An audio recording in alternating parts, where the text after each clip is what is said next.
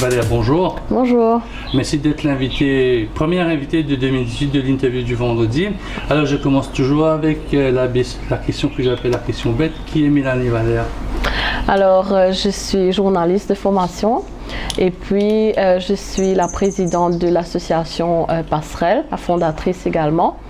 Voilà. Pourquoi avoir fondé Passerelle?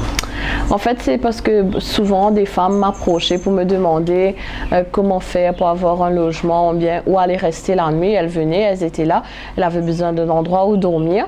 Et elles viennent me voir, elles me disent mais je ne sais pas où rester, comment je fais, ou j'ai eu des problèmes avec mon mari. Et il y a deux événements qui m'ont particulièrement touchée, c'est-à-dire la première fois, lorsque j'appelle à la hotline du ministère, on me dit femme là pas encore gagné batté, mais nous pas qu'à prendre lit. Donc, pour le ministère, bien une femme qui a battu pour prendre les comptes? Je sais que ça a changé maintenant, mais à l'époque, c'était ça. C'était la personne pas encore battu, donc pas qu'à prendre les. Ça m'avait tellement choquée. Et puis, le deuxième cas, c'était une femme de 59 ans qui est maman, qui a été mise à la rue par ses enfants. Et là, lorsque j'ai appelé plusieurs centres, il n'y avait pas de place, mais il y a un centre en particulier, une association qui avait de la place. Mais quand j'ai demandé, est-ce que vous pouvez la garder jusqu'à demain matin, on m'a dit, il n'est pas la même communauté que nous, pas qu'à ramasser. Donc, ce sont deux choses qui m'ont choquée. C'est là que j'ai décidé, en fait, de créer le centre. Quand on est journaliste, on voit ce genre de situation qui retourne un peu au style de racisme. Je ne veux pas dire le mot racisme plein, mais c'est un genre de... comment je veux dire, anticommunautarisme, comme ça, qu'est-ce que ça fait à l'intérieur? En fait, en tant que journaliste, on s'attend à ce qu'on rapporte les faits. Mais avant d'être journaliste, comme si on est un être humain, on a des sentiments, on a des émotions. Et il y a parfois, lorsqu'on fait un constat, on va quelque part, on se dit, OK, on ne peut pas seulement rapporter ça et attendre que quelqu'un, quelque part, fasse quelque chose. Donc ça, peut-être, c'est mon côté militant qui me dit que non, je dois faire quelque chose pour cette personne-là. Et c'est comme ça que ça a commencé. Donc, ça a commencé quand? Ça a commencé en novembre 2015 parce que ces deux personnes-là, je les avais accueillies chez moi à la maison. Donc après deux personnes, il n'y avait plus de place en fait pour accueillir une troisième. Et c'est là que j'ai eu un centre à Saint-Pierre et on a décidé d'ouvrir à Saint-Pierre. Donc Mélanie, c'est une bonne samaritaine, on pourrait dire comme ça? Non, je pense... Accueillir deux personnes chez soi, c'est assez difficile parce qu'il y a le côté sécuritaire de la famille, tout ça, venir avec deux personnes, dire vous allez rester là, on va faire un centre, c'est prendre beaucoup de risques ça. Oui, mais je pense, on m'a demandé à chaque fois, elle me dit que quand tu es super-héros, je pense pas. Je pense que c'est parce que je suis maman. En fait, quand on est maman, quand on a des enfants et qu'on voit qu'un autre enfant, parce que ces femmes-là avaient des enfants avec elles, je ne l'ai pas précisé, donc savoir qu'un enfant va aller avec sa maman passer la nuit dehors, que ce soit sous un pont ou sur un banc de l'hôpital, ben, ça m'avait fait tellement de mal et je pense que c'est le côté maman qui a primé à ce moment-là. C'est un gros côté chez Mélanie, c'est le côté maternel? Ben, c'est extra-maternel, on peut dire aussi maternel et extra-maternel. Non, mais je pense que mes enfants, comme si pour moi avoir des enfants, c'est formidable, mais en même temps, c'est beaucoup de responsabilités et je pense que mes enfants ils ont tellement d'importance pour moi et je sais que ces femmes-là, elles auraient pu choisir d'abandonner leurs enfants dans un centre et puis elles d'être à la rue. Mais elles n'ont pas fait ça. Donc, c'est pour ça en fait que je les aide. Ça a été facile de conjurer, je veux dire, une vie en trois parties pendant la journée. Vous êtes journaliste, vous êtes sur le terrain comme vous et moi, on est quatre coins de l'île. Vous un petit peu plus, et vous êtes maman, vous rentrez maman, plus vous êtes responsable d'une ONG, vous occupez d'un dossier assez difficile à Maurice, c'est le dossier de la femme, des femmes qui sont battues, maltraitées, ou bien des enfants qui se retrouvent à la rue, oui. Pas non, problème. C'est pas facile tous les jours, il faut l'avouer que c'est pas facile tous les jours, mais heureusement que j'ai le soutien de toute la famille, de mon mari, de ma maman, et même mon enfant qui est le plus grand en fait, qui comprend. Parce que depuis tout petit, en fait, il baigne un peu, on peut dire ça, dans cet univers-là, donc il est habitué. Et puis, j'ai toute une équipe à Passerelle, il n'y a pas que moi, il y a une équipe qui fait un travail formidable, que ce soit les membres du board et les employés. Mais il fallait le faire. Je pense qu'il allait me manquer quelque chose si je n'avais pas fait ça. Ça a été facile, Mélanie, de monter ce board, monter cette équipe-là, parce que, bon, d'un côté, vous êtes connue, vous traitez sûrement de ces sujets-là dans votre journal. Facile de trouver ces personnes, c'est facile de dire oui, Mélanie, je viens après quand vous mettez les papiers devant vous, devant eux, c'est difficile. Oui, déjà, le sujet est un sujet difficile, mais je crois que toutes les ONG ont ce problème-là, c'est-à-dire qu'au début, tout nouveau, tout beau, il y a beaucoup de gens qui veulent s'engager, mais s'engager sur le long terme, faire face aux obstacles, aux difficultés, parce qu'il y en a eu beaucoup. Il y a eu des fois où on n'avait pas assez d'argent pour payer le loyer. Il fallait contribuer, retirer de l'argent de notre salaire, de la famille, sacrifier quelque chose de personnel, d'individuel, niveau individuel, pour contribuer au loyer du centre. Donc, ça n'a pas été facile. Et puis, c'est par rapport au sujet pour violence domestique. Souvent, les gens disent non, mais aïe, tout le temps, pécose femme, etc. Et puis, il y a la deuxième partie, c'est-à-dire pour les femmes SDF, où on nous disait que le problème n'existe pas. Donc, on a eu beaucoup de difficultés au début à convaincre les personnes et à avoir des personnes qui sont avec nous à long terme. Laissez-moi. On vient au cœur du sujet, donc vous avez dit que le problème du SDF des femmes n'existe pas. C'est pour ça que vous avez organisé votre journée, dans la journée de la femme. Comment est venue cette idée-là? C'est justement pour dire, bon, on va vous montrer que ça existe?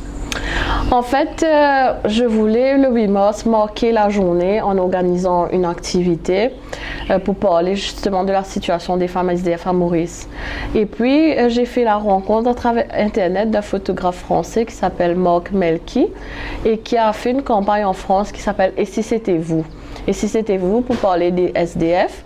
Et justement, lui, il a fait les personnalités il a fait un shooting avec des personnalités. Donc là, pour le mettre un peu dans la peau d'un SDF, le temps de quelques minutes. Et moi, je me suis dit, ben, quelques minutes, peut-être, c'est pas assez, en fait, peut-être, pour comprendre le problème. Et on a essayé de les mettre ici en situation réelle. C'est-à-dire que nous avons approché 50 personnes, 50 femmes, pour leur demander de se transformer en SDF le temps de quelques heures, donc une demi-journée. Et 11 personnes ont répondu à l'appel. Déçu que seulement 12 qui ont joué? Non, je ne suis pas déçue parce que je pense que c'était un challenge très difficile à relever. C'est vrai qu'à un certain moment, on pensait avoir plus de personnes. Et au début, il y avait beaucoup plus de personnes qui avaient répondu à l'appel. Mais puis, arrivé la veille, on a eu beaucoup de personnes qui ont dit finalement, je ne pense pas pouvoir. Et on a respecté cela. Quelles ont été, disons, sans dévoiler quelles sont les raisons un peu communes pour avoir dit non? Souvent, c'était j'avais oublié que j'avais un engagement ce jour-là, ou bien j'ai eu un événement de dernière minute, ou bien il y a des personnes aussi qui ont appelé pour dire que sincèrement, elles ne pensent pas pouvoir le faire. Et comme je vous dis, je dois respecter cela. Mais vous étiez déçue? Non, je n'étais pas déçue parce que je pense que les 11 femmes qui ont participé sont des femmes qui se sont engagées, qui ont joué le jeu jusqu'au bout. Et ça a eu l'impact qu'il faut. Donc non, je ne suis pas déçue. Dans quel état Mélanie était la veille, c'est-à-dire le 7? Vous êtes en train de préparer, vous êtes en train de parler avec Hans, qui est le maquilleur, je pense, avec certaines personnalités qui ont été là. Dans quel état d'esprit vous étiez la veille? Vous dites, ça va réussir, on fait pas? Déjà, lorsque j'étais à la maison, mon mari me disait, il était là 2 semaines avant, lorsqu'on était en train de réfléchir à cette activité-là. Je lui ai dit, tu sais, je crois que je vais organiser une activité, je vais inviter 50 femmes à participer. Il me regardait d'un air un petit peu, je dirais pas inquiet, mais en même temps, il ne voulait pas me dire, mais tu es trop ambitieuse, tu es en train de faire quelque chose, sûrement que les gens ne vont pas suivre. Mais il a respecté cela en silence. Il m'a aidé à préparer l'invitation, etc. Mais à la veille, il me dit, mais j'allais croire en fait que tu aurais pu organiser une activité comme ça. Au 7, c'était déjà un succès? Oui, au 7, c'était... Au sein de la famille, c'était déjà un succès? Oui, au sein de la famille, au sein de Passerelle, parce qu'il y avait toutes les participantes qui appelaient, qui partageaient leurs émotions avant même de participer. Elles partageaient avec moi leurs émotions. Elles me disaient, mais tu sais, c'est quelque chose que je voulais faire ou bien qu'il faut faire au moins une fois dans sa vie. Et depuis la veille, en fait, j'étais émue. Et le jour, encore plus. Comme vous le savez, Européra. Donc, il y a une question de linge. Alors, comment Mélanie, votre passerelle, a récupéré les linges de vos stars? En fait, ce sont des vêtements que nous avons déjà à Passerelle. Et puis, nous avons déjà des SDF. Nous leur avons demandé de venir choisir, elles, dans le store, quels sont les vêtements qui conviennent le plus à des femmes SDF. Parce que, par exemple, une femme SDF ne va pas porter une jupe courte. Oui. Elle ne va pas porter un vêtement transparent. Elle porte souvent des robes avec des pantalons, parce qu'elles ont besoin de se protéger, etc., étant dans la rue. Donc, ce sont nos résidentes qui nous ont aidés à trouver les vêtements. Donc là, nous sommes à Port-Louis, il est 7h du matin. Comment est l'ambiance Alors, à 7h, il y avait déjà plusieurs personnes qui étaient sur place. Nous avons été très bien accueillis par la Casa. Donc, Raguinier et toute son équipe. Et c'était symbolique pour nous, en fait, de commencer à la Casa, parce que la Casa, déjà, en journée, accueille plusieurs personnes SDF. Donc, c'était vraiment un endroit symbolique pour nous. On voulait commencer là-bas. Et là, il y avait Hans Dax qui était sur place. Il y avait aussi tous les volontaires qui étaient là, qui étaient prêts à aider. Et quand les participantes sont arrivées, elles ont été maquillées chacune à leur tour. On a choisi les vêtements avec elles, etc. Et chacune des participantes était accompagnée d'un volontaire qui était là pour assurer sa sécurité. Donc, c'était principalement la préparation, le briefing, qu'est-ce qui se passe. Elles n'ont pas porté leur portable avec elles, donc qui contacter s'il y a un souci, comment faire un signal, si quelqu'un vous approche, de ne pas prendre de l'argent, de lui dire que c'est une activité, donc de le remercier, de lui dire qu'on ne prend pas de l'argent. Mais c'est assez difficile ça, parce que généralement, les Mauriciens certains sont généreux. Oui, effectivement. Beaucoup de personnes ont été généreuses, mais ils ont compris que c'était une expérience. C'est-à-dire que, vous savez, la mendicité, c'est illégal à Maurice. Donc, on n'a pas voulu non plus prendre de l'argent. Mais quand les personnes ont fait le geste, on leur a remercié en leur disant... Quand Mélanie me dit que la mendicité n'est pas légale à Maurice, vous et moi, nous travaillons pour lui, j'ai l'impression que c'est légal. Parce que tout le temps, il y a une personne, il y a un gosse qui va vous demander c'est un roupie, il y a une personne qui va vous dire bon, passe-moi 10 roupies, mon casse pour rentrer la case. C'est un plan, on sait que c'est un plan, oui. Mais c'est pas aussi illégal que ça. Enfin, plusieurs personnes le font, mais les autorités agissent souvent dans bien des cas. Enfin, ces personnes-là, elles reviennent, mais les autorités agissent. La police a déjà arrêté plusieurs personnes qui mendiaient dans les rues de Port-Louis et de la capitale. Elles sont même chassées souvent. Oui. On va retourner un coup. Toujours là, les 12 personnes sortent des mains de Hans Dax. Vous êtes ébahi par ce qu'il a été... Moi, il y a certains amis que nous avons, Martin Lutchman, je n'ai pas reconnu. Oui. En fait, dès que la première personne est sortie, c'était Joëlle Anlas. Elle n'était pas trop loin. Joëlle Anlas, c'est la présidente de P2 Stop. Elle était juste à côté de l'église Immaculée, d'où on était, c'est-à-dire à la Casa, je pouvais la voir. Et là, j'avais déjà les larmes aux yeux, en fait. Parce que... à la fois, je me disais que je n'étais plus seule dans ce combat-là. J'avais plein de gens qui étaient autour de moi, qui étaient prêtes à parler de la situation de ces femmes SDF-là. Et puis, en même temps, je la regardais, je me disais, mais est-ce qu'elle va tenir le coup? Comment ça va se passer? Est-ce qu'elle ne va pas se sauver à un certain moment? Donc, il y avait beaucoup d'émotions à ce moment-là. Donc, déjà, 7h30, 8h, c'était déjà le côté émotionnel. Au fil des heures, disons là, tout le monde se place, certains qui sont devant la Cour suprême, d'autres qui sont à côté, pas trop loin, à Victoria, je pense qu'il y avait... Et là, on reçoit beaucoup d'appels de nos volontaires. Parce que, par exemple, Jamila Mourad-Pierrebuck se fait chasser par la police qui lui dit qu'elle n'a pas le droit d'être là. On a Tania Diol qui était tout près du souterrain qui mène vers le Codan Waterfront, qui est aussi chassé par la police. Mais on a aussi des gens qui sont tout autour et qui sont prêts à venir la défendre. Donc, on a eu plusieurs appels comme ça. On a dû parler à la police pour faire comprendre que c'est une activité qu'on ne pouvait pas prévenir à l'avance, parce que si on prévient à l'avance, ça gâche un peu ce moment-là. Donc, parler à la police. Et puis, il y a la police qui a aussi fait le tour pour prendre les photos de toutes ces personnes qui faisaient, qui étaient Donc, vous êtes fichés alors? Vous êtes fichés maintenant? On est fichés. Donc, midi passe, chacun a eu son expérience. Là, vous vous regroupez à la municipalité de Port-Louis. Oui. Vous faites un debriefing Alors, qu'est-ce qui en ressort? Bon, il y a un côté ce que vous avez dit à la presse, maintenant un mois est passé, qu'est-ce qui est vraiment ressorti de ça? Donc d'abord, lorsqu'on s'arrête à 11 h, avant qu'elle ne s'arrête, je leur avais demandé de me laisser venir les voir. Je leur ai dit, ok, ça peut se passer. La plupart ont attendu, d'autres n'ont pas pu, d'autres ont dû arrêter avant. Celles qui ont attendu, je leur ai dit merci, comme si c'était un moment vraiment fort, comme si où je les remerciais. Et elles partageaient tout de suite avec moi leur expérience. Elle était en pleurs. Par exemple, je me rappelle d'Isabelle David de KDZM. Elle était là avec son mari. C'était son mari qui assurait sa sécurité, qui n'était pas trop loin. Les deux, en fait, étaient en larmes. Parce qu'à la fois, il s'appelle oui. À la fois, Dani Philippe nous dit que je suis là, je regarde ma femme dans la rue et je me dis, mais si elle était vraiment comme ça, qu'est-ce que j'allais faire, etc.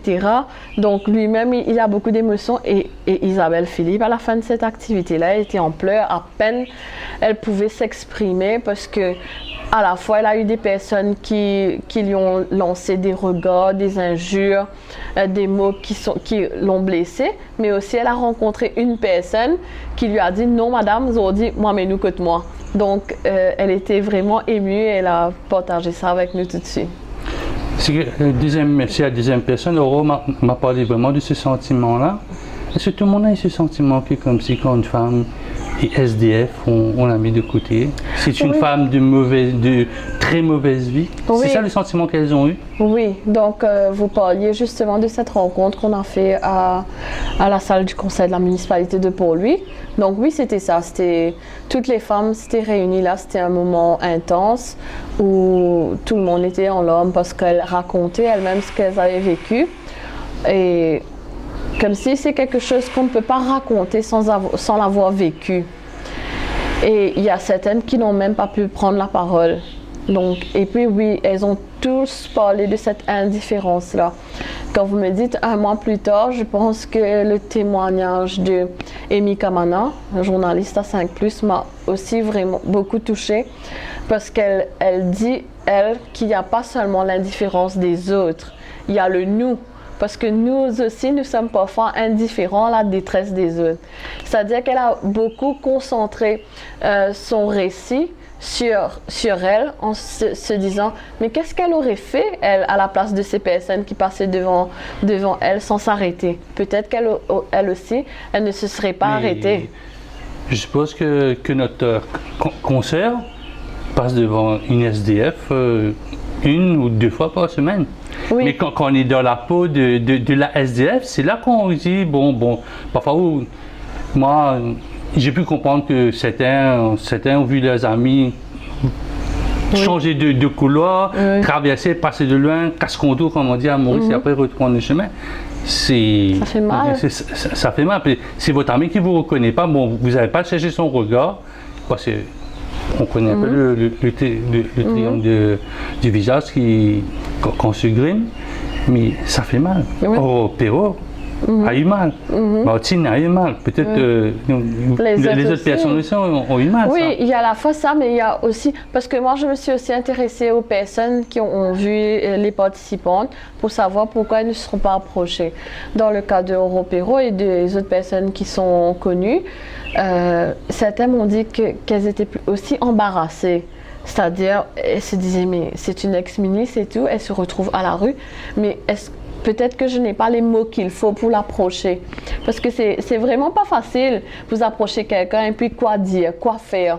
Vous allez venir pour lui donner 5 roupies et puis vous tournez le dos. Donc, il y a certaines personnes qui ne se sont pas approchées parce qu'ils étaient vraiment aussi embarrassés et qu'ils se sentent un peu désarmés face à une personne en détresse. Ça arrive et il faut les comprendre aussi. Donc, vous menez un combat assez difficile alors. Difficile, il y a côté beau à fois, côté maternel, mais c'est très difficile. Il faut changer la façon le mindset, la façon de vivre des Mauriciens et des Mauriciennes. Oui, effectivement. Donc, parce que on ne peut pas jeter la faute uniquement sur le gouvernement en disant qu'il n'y a pas les structures qu'il faut. C'est vrai qu'il faut un abri de nuit pour les femmes. Il n'y a pas de sortie de là. On est en 2018, on a 3 abris de nuit pour les hommes. Il faut absolument avoir un abri de nuit pour les femmes. Mais en même temps, il n'y a pas que le gouvernement. Il y a toute la population. C'est un peu notre responsabilité à tous. Dans cette aventure-là, il y a aussi des bons côtés. Donc, j'ai pu comprendre que les SDF entre eux s'entraidaient. Est-ce que vous avez eu des cas où une SDF est venue parler à une de vos fausses SDF, je vais mettre fausse en guillemets, venir parler, dire bon, tous les jours je suis là, je connais. Oui. Oui, les SDF entre eux, ils s'entraident beaucoup. Parce que, par exemple, moi, lorsque les femmes viennent au centre, je leur demande de me raconter un peu leur histoire. Tout le temps, lorsqu'elles racontent la première fois, elles ne peuvent pas rester dans la rue d'elles-mêmes. Elles ont toujours besoin de l'aide de quelqu'un. C'est toujours quelqu'un qui est déjà dans la rue qui lui dit « Mais tu sais, pour te protéger, il vaut mieux que tu ailles à l'hôpital, que tu dors sur les bancs des hôpitaux parce que là, on va croire que tu es en train d'attendre un transport, etc. Tu seras en sécurité. Et puis pour ton enfant, il peut regarder la télé, etc. » Donc on a toujours des histoires se répètent. C'est-à-dire qu'elles nous disent que c'est beaucoup les SDF entre eux dans la rue, elles s'entraident beaucoup. Et oui, comme je vous disais, pour Isabelle David aussi, c'était une ex-SDF qui était venue vers elle pour lui proposer de l'aide, pour lui dire non, je veux plus que tu restes à la rue, je vais t'emmener chez moi. Comment Isabelle l'a pris, hein? Ben, Isabelle l'a raconté, a dit que la personne est passée devant elle plusieurs fois. Et puis elle a apporté quelque chose à manger. Et puis elle a dit, allez, papa, reste là, Noël avec moi. Isabelle a dit non, mais elle n'a pas dit que c'était pour une activité. Donc là, la fille a pensé que peut-être elle avait un petit peu honte, etc. Elle dit, mais ok, 5e, je finis le travail, je passe, je pas mener aujourd'hui, je pas plus dormir dans la rue. Donc ça l'a beaucoup touchée parce que c'était une étrangère, elle ne la connaissait pas, elle n'avait jamais vu, etc. Et elle s'est dit qu'elle a vu peut-être 1000 personnes défiler devant elle sans s'arrêter. Et quand même, il y avait une âme charitable, une personne qui était prête à faire quelque chose pour elle. Ça l'a beaucoup touchée. Ça donne espoir, ça, quand vous avez quelqu'un qui vous dit, bon, vous êtes SDF, oui. Venez à la maison ce soir, vous avez quelque chose pendant une nuit, ou pendant plusieurs nuits. Oui, ça donne espoir parce que je pense que c'est un peu comme moi quand j'ai commencé. Je me suis juste mis dans la peau de cette personne-là et je me suis demandé, mais si c'était moi, qu'est-ce que j'aurais aimé que la personne qui est en face de moi me dise ou fasse pour moi? Peut-être une question dure et Mélanie Valère. Qu'est-ce qui pousse ces femmes-là à aller vers la rue? L'homme, l'alcool, la famille, il y a autre chose aussi? Il faut savoir que les femmes SDF, c'est Madame Tout le monde. On ne cesse de le répéter. Tout le monde peut se retrouver sans abri. Mais c'est vrai que la plupart d'entre elles, il y a l'aspect financier. Parce que si vous avez les moyens, même si votre mari vous met à la porte, si vous avez des problèmes, vous avez les moyens d'aller louer un appartement, d'aller louer une maison seule, vous n'allez pas vous être SDF. Aussi. Voilà. Donc la plupart de ces personnes-là sont des victimes de violences domestiques, sont des personnes qui vivent déjà dans la pauvreté. Ça veut dire que par exemple, elles ne peuvent plus payer la maison, le propriétaire leur demande de partir. Ce sont des femmes, comme je dis, qui ont été chassées par le mari, et puis des personnes âgées qui sont mises à la porte par les enfants. Ça c'est attristant, non? C'est attristant. Vous qui êtes mère, vous pensez qu'un jour votre petit bébé vous met à la porte, et bon, débrouille-toi maman maintenant. Oui, mais je peux vous dire que la plupart de ces mamans-là n'ont jamais de paroles négatives pour leurs enfants. En fait, elles comprennent que ces enfants-là sont elles-mêmes dans une situation précaire et que c'est pas facile de faire parfois comprendre au mari, non, ma maman doit rester là. Et donc, elles acceptent de partir quand elles voient que l'enfant ne peut plus, comme s'il n'y a plus de place pour elles, elles acceptent de partir. Mais c'est chagrinant en ce moment qu'il n'y a pas de structure pour elles, parce que la dame dont je parlais au début, elle avait 59 ans. Le ministère de la Sécurité sociale ne pouvait pas lui donner une place en maison de retraite parce qu'elle n'avait pas encore l'âge de retraite. Et pendant ces quelques mois où elle attendait d'avoir 60 ans là, elle était à la rue. C'est difficile quand ça vient pour le côté journalistique, c'est difficile. Oui, je pense qu'en tant que journaliste, on est confronté à des situations dures parfois de voir, de constater la situation dans laquelle des personnes vivent. Quel genre de papier vous aimeriez écrire un papier enflammé? Qu'est-ce que vous faites le gouvernement? Vous êtes en train de dépenser des millions et des millions alors qu'il y a une femme qui demande qu'un toit ou quelque chose pour s'habiller, pour vivre décemment, peut-être décemment, une maman qui a mis des enfants au monde et que par la force des choses, les enfants les mettent à la porte. Enfin, moi, j'aime aussi écrire sur le côté positif, c'est-à-dire pour faire des suggestions plutôt que seulement rapporter un problème. Parce que je pense que les autorités, quand même, il y a quelque chose qui se fait. Par exemple, si la femme elle est à la rue avec ses enfants, la CDU, elle vient pour prendre les enfants pour les mettre dans un endroit qui est sécurisé. Mais moi, je pense que ce n'est pas ça vraiment la solution, parce qu'un enfant, s'il n'est pas victime de maltraitance, il a besoin de ses parents pour vivre, pour grandir. Et on sait quelle est la situation dans les shelters. Les shelters sont remplis, il n'y a presque plus de place. Donc, entasser tous ces enfants-là dans un seul endroit n'est pas vraiment la solution. Et nous, on a essayé avec la CDU de voir comment est-ce qu'on pouvait venir en aide à ces familles quand elles se retrouvent à la rue avec leurs enfants.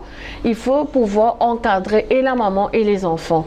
Donc, ne pas séparer la maman des enfants juste pour protéger que les enfants. Et je pense qu'aujourd'hui, on a pu faire partie de ce message-là parce que la CDU nous contacte souvent pour nous demander un endroit quand elle voit une maman en situation précaire avec ses enfants. Il y en a tous les jours, ça, tous les jours votre téléphone sonne, 7h, 8h, 9h, 10h le soir, il y a un cas, est-ce que vous pouvez les prendre ça? Les demandes varient en 7 à 8 par jour. Ah. Et malheureusement, il y a plus de 50% toujours qu'on ne peut pas accepter. Donc on espère qu'avec notre nouvelle structure à Highlands, qui sera opérationnelle à partir de mai, qu'on pourra accueillir plus de personnes. Donc là, c'est un beau projet là. Oui, donc après le centre pour les femmes victimes de violences domestiques à Saint-Pierre, nous allons bientôt inaugurer une nouvelle structure à Highlands et c'est principalement pour les victimes, pour les femmes en situation de rue, comme on dit, les femmes sans abri. Donc, et là vous avez une belle aide, IBL Move Together, presque un demi-million au sein. Donc c'est une somme qui va vous aider sur beaucoup d'années ou bien vous pensez 6 mois, 7 mois comme ça? Donc effectivement, ABL on the Move nous a beaucoup aidé. C'est depuis l'année dernière lorsque nous avons été présélectionnés. Déjà, nous avons la fondation, la GES et le groupe UBP qui nous aident beaucoup. Mais quand on a été présélectionnés, ça nous a donné un petit peu plus espoir. Il y a quelque chose qui va se passer, il y a quelque chose qui va changer. Et puis on a été sélectés, donc on a été choisis pour être l'ONG qui les vont financer. Et avec la recette qui a été récoltée, nous allons surtout aménager le centre. Donc cet argent, c'est principalement pour l'aménagement et le loyer du centre. Donc il faudra bien sûr chercher d'autres partenaires pour pouvoir opérer le centre par la suite. Mais il y a le CSA? Pour le moment, nous ne sommes pas financés par la National CSR Foundation. Nous allons envoyer encore une fois notre projet cette année. Autre projet, j'étais ici même il y a quelques mois. Alors là, vous avez un salon de coiffure. Oui. Est-ce que le salon fonctionne? Parce que moi, j'étais dans la période un peu avant Noël, donc c'était un peu PC. Est-ce que le salon fonctionne? Alors, il faut comprendre que Passerelle, c'est l'organisation qui travaille pour le bien-être des femmes, pour la protection des femmes qui sont victimes de violences. Donc, de ce fait, comme on explique, on a un centre, un abri d'urgence pour les accueillir. Et puis, nous avons des maisons de transit. C'est-à-dire qu'après 6 mois passés au centre, elles ont la possibilité de travailler, de cohabiter, de contribuer au loyer et de vivre ensemble pendant environ un an. Et par la suite, on essaie de voir comment est-ce qu'on peut continuer à les encadrer. Elles louent une maison ou bien à travers la NHDC si elles peuvent avoir une maison. Donc là, on les accompagne encore 2 ans. Avec le nombre de personnes qu'il y a, il faut dire que c'est pas très facile de suivre tout le monde parce que le nombre augmente tous les jours. Donc, quels sont les services que nous offrons mis à part l'abri d'urgence? Il y a ces maisons de transit, mais aussi la formation et la préparation pour la réinsertion professionnelle et sociale. Donc, dans le cadre de ce programme, nous avons un salon de coiffure qui s'appelle le Salon Solidaire, que nous avons inauguré justement l'année dernière, en décembre. Et ce salon, c'est surtout pour la formation qui se fait avec Artel Coiffure. Donc, Artel Coiffure aide à former les dames qui souhaitent faire carrière comme coiffeuse. Et puis, le salon, bon, ça va... Mollo, on va dire, parce que quand même, les personnes ont leur habitude. Donc, pour leur dire de changer de coiffeuse, de venir en passerelle, etc. Et peut-être aussi parce qu'elles pensent que ce sont des femmes en détresse, etc. Mais sûrement, de ne pas faire CV bien, etc. Je ne sais pas. Mais non, ce sont des femmes qui sont... Vous êtes fait coiffer par une de vos coiffeuses? Je me fais toujours coiffer par les coiffeuses de passerelle. Oui. Vous êtes satisfaite? Oui, je suis très satisfaite. Et puis, nous-mêmes, on n'allait pas inviter le grand public à venir se faire coiffer si on n'était pas sûr qu'elles sont qualifiées à le faire.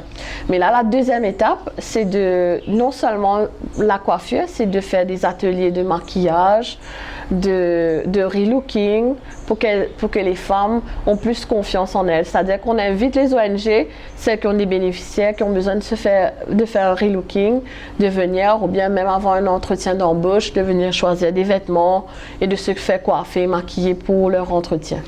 Mais est-ce que vous faites de la formation avec ces femmes qui restent avec vous pendant 6 mois? Peut-être que vous suivez pendant 2 ans. Bon, ce qui est arrivé, mais il faut regarder de l'avant. Est-ce que vous faites la formation? Bon, comment chercher du boulot, comment peut-être écrire une lettre, préparer un CV, faire une interview, s'habiller pour aller faire une interview? Oui. Est-ce que dès qu'elles arrivent, il faut d'abord les donner du temps. C'est-à-dire qu'on ne commence pas tout de suite à leur dire non, tu dois travailler, tu dois apprendre, les enfants doivent aller à l'école, etc. Donc, ce qu'on fait le plus vite, c'est surtout les démarches que l'enfant aille à l'école. Mais après que la maman lui donne un certain temps d'adaptation, on lui propose des sorties et pas vraiment du travail au début. Et puis, on fait beaucoup d'écoute parce qu'il faut comprendre ce qu'elles ont envie de faire, quelles sont leurs forces, leurs faiblesses, etc. On essaie de travailler dessus. Et puis oui, par la suite, on offre des formations, mais on est aussi aidé par le ministère de l'Égalité du genre parce qu'ils ont aussi beaucoup de formations. Il y a une formation en self-defense qu'ils viennent de proposer aux femmes et chez moi, elles étaient super contentes. On a 4 employés et 2 résidentes qui ont suivi le cours et elles ont même eu un certificat pour ça. Elles sont très contentes. Donc, il y a plusieurs formations comme ça qui se fait aussi par le ministère. Self-defense, c'est important quand on est SDF? Oui. Sûrement. Oui. Puisqu'on est femme. C'est très important. Et c'était pas ce que j'ai aimé surtout avec cette formation-là. C'était pas une formation d'un jour. C'est-à-dire, vous venez, vous apprenez la théorie sur le self-defense. C'était vraiment le côté pratique et c'était sur plusieurs semaines et ça continue encore. C'est-à-dire, même si la personne, la principale formatrice est déjà partie, la formation continue, ces femmes-là se retrouvent et elles, aujourd'hui, elles sont en mesure de former d'autres personnes. Donc, c'était un train the trainer, oui, un genre. Oui, un training. Vous avez appris quelque chose de cette formation-là? Vous avez eu des... Personnellement, je n'ai pas eu la chance d'y participer, mais j'ai vu toute la documentation qui a été remise aux dames. J'ai aussi écouté les personnes des passerelles, les employés des passerelles étaient vraiment impressionnés et je pense que c'est ce genre de cours qu'il faut donner. Comme ça, arrêter de faire des ateliers de travail d'une demi-journée. Entre les intellectuels et ça, comme ça. Pour parler de quelque chose et puis transmettre un message. Ça, c'était une formation de plusieurs jours et c'était s'assurer, il y avait même un contrôle à la fin, comme on dit, un examen pour être sûr qu'elles ont pu maîtriser ce qu'elles ont appris, donc c'est génial. Donc, je suppose que vous êtes en plein préparatif pour le grand jour, pour le mois de mai. Comment vous espérez ces femmes-là vont venir passer Highlands? C'est assez loin. Donc, ça va être un peu un genre de zoning, c'est-à-dire que vous allez prendre que les cas qui est un peu dans le centre, un peu dans le sud que vous allez mettre là-bas, ou bien il faudra sortir de Granby, de Ficon-Flac, de Tamarin pour venir à Highlands? Malheureusement, je pense que les femmes n'ont pas le choix. Elles vont sortir des 4 coins de l'île pour venir à Highlands parce que c'est le seul centre, le seul abri pour femmes SDF à Maurice. Vous êtes fiers de ça? on aura la plaque que Mélanie Valère a pu faire la première phase du centre. C'est pas un sentiment de fierté à l'intérieur? Non, c'est pas un sentiment de fierté parce que on ne peut pas être fier de quelque chose qui a été construit sur la détresse humaine. C'est-à-dire que je vais dire que je suis contente d'avoir pu contribuer à mettre sur pied ce centre-là. Et ça ne peut pas être le seul. C'est-à-dire qu'il faut avoir plusieurs centres à Maurice parce qu'on a en ce moment 40 places et la situation est tellement grave qu'il faut encore plus de places. Je pense qu'il faut un abri de nuit pour lui. C'est obligatoire d'avoir un abri de nuit pour lui. Et puis, bon, on fait ce qu'on peut. Donc, pour lui, c'est le next step? Pour lui, ce sera le next step. Donc, vous avez mis un time frame, comme on dit, vous avez mis un objectif pour lui, 2020, 2019, 2020? Peut-être pour 2019 ou l'année prochaine, parce que là, on va voir comment est-ce que ça fonctionne à Highlands. Il faut aussi les fonds, comme vous le savez. Il faut s'assurer de pouvoir gérer les 2 centres que nous avons, les maisons de transition. Donc, on a quand même 4 structures en ce moment. Et ici à Roseville, ça va changer un peu, si j'ai pu comprendre? Oui, donc là, en ce moment, nous sommes à la maison de transition de Beaubassin.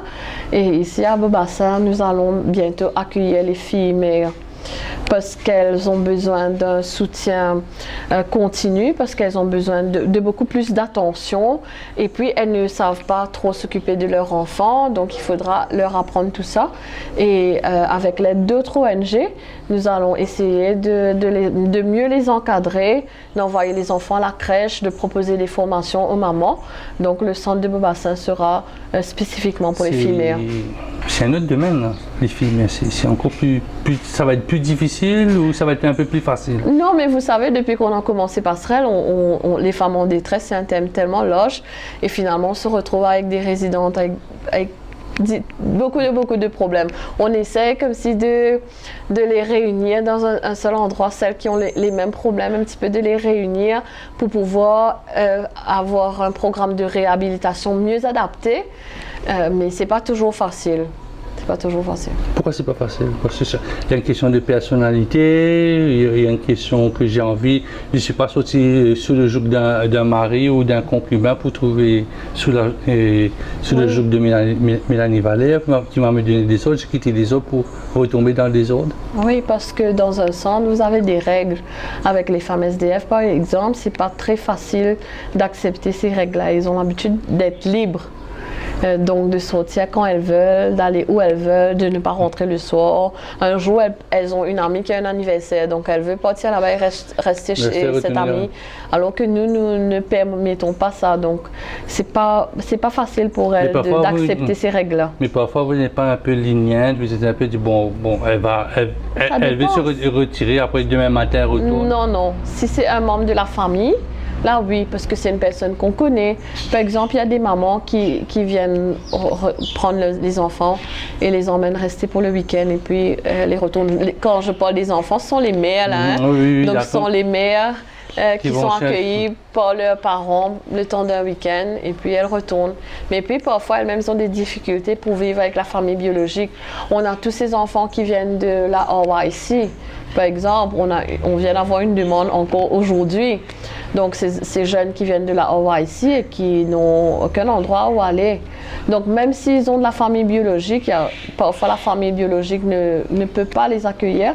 Mais il faut aussi comprendre ces jeunes-là.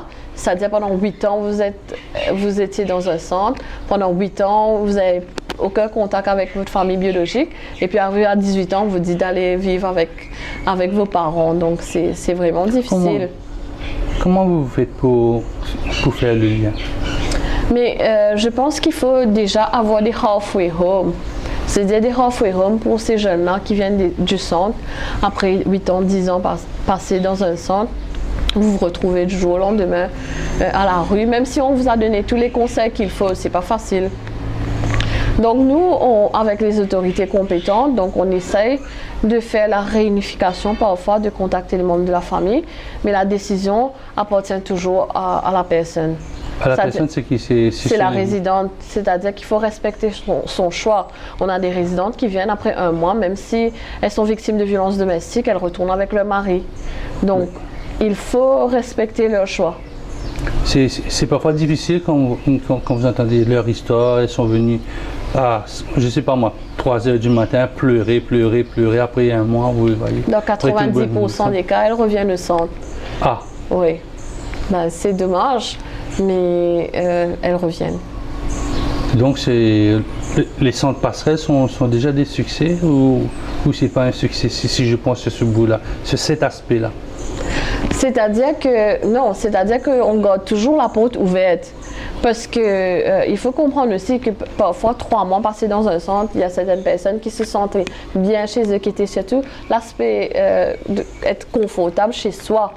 C'est pas pareil de vivre en communauté, en groupe, avec des enfants, avec beaucoup d'enfants qui sont là. Donc je pense que c'est pas toujours facile pour elles. Et parfois, elles préfèrent par exemple aller chez un proche. Et puis après 2 semaines, elles voient que ça se passe pas bien non plus, elles reviennent. Mais on garde toujours la porte ouverte pour ces personnes-là. Notre motto, c'est ça. Quand une porte se ferme, une autre s'ouvre. Et cette autre porte-là, c'est passerelle. Dernière question, si je vous donne une baguette magique, qu'est-ce que vous aimeriez changer? Ah, c'est une question assez difficile, mais je pense que je changerais le cœur des gens. Pour qu'il y ait, parce que tous les problèmes, tous les fléaux de la société, on parle du 50e anniversaire de l'indépendance, il y a eu beaucoup de progrès, mais il y a beaucoup de choses encore à faire. Je pense que tous les fléaux de la société sont quelque part une violation des droits humains.